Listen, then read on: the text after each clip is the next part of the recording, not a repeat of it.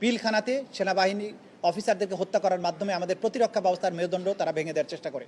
একটা সাধারণ সরকার থেকে তারা ক্রমান্বয়ে একটা দানবে পরিণত হয়েছিল।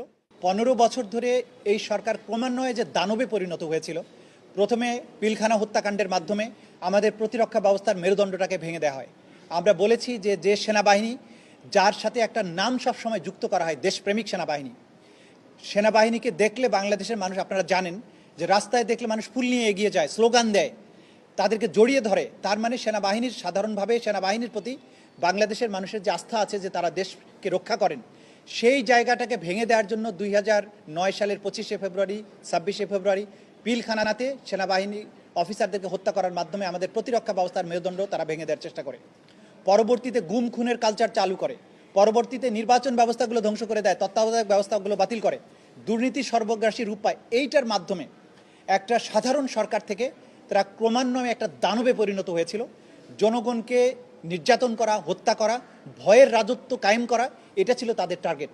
এই দানবীয় শাসকই একটা পর্যায়ে এসে 2024-এ আমাদের তরুণ তরতাজা প্রজন্মের উপরে তারা সর্বাত্মক আক্রমণ চালায়, তাদেরকে হত্যা করে, যেটা আমাদের তরুণরা রুখে দিয়েছেন বলেই 2024-এর বিপ্লব হয়েছে।